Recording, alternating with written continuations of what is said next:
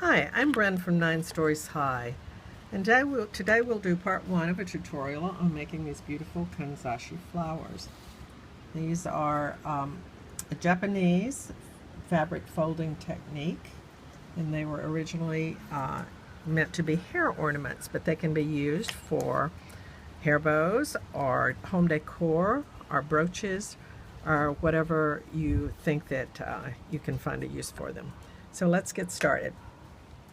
What we'll need to make these flowers is hand quilting thread. I recommend it because it's stronger. I put a length of about 25 to 30 inches doubled on my needle. You may need a thimble. It gets a little hard to push the thread through sometimes. A pair of very sharp pointy scissors. And while you can certainly do these by hand, and people in Japan apprentice for years to do them that way, I prefer to use this very simple little template from Clover. This is included in our kits that we have on 9 Stories High. You will also need some 2.5-inch fabrics. We have a selection of these and various kits also on our shop at 9 Stories High. And having them pre-cut like this is very helpful. So let's get started. Take your template. This happens to make a 2-inch pointy flower template. Fit the square in right side up, fold it, and make sure that the fabric is secured down into the very hinge of the clip. Then squeeze it at the top, and you'll feel the fabric snug in there so that it holds it securely. Take your very sharp scissors and trim as close to the template as you can get. It doesn't have to be perfect, but as close to the template to remove all that excess fabric as you can.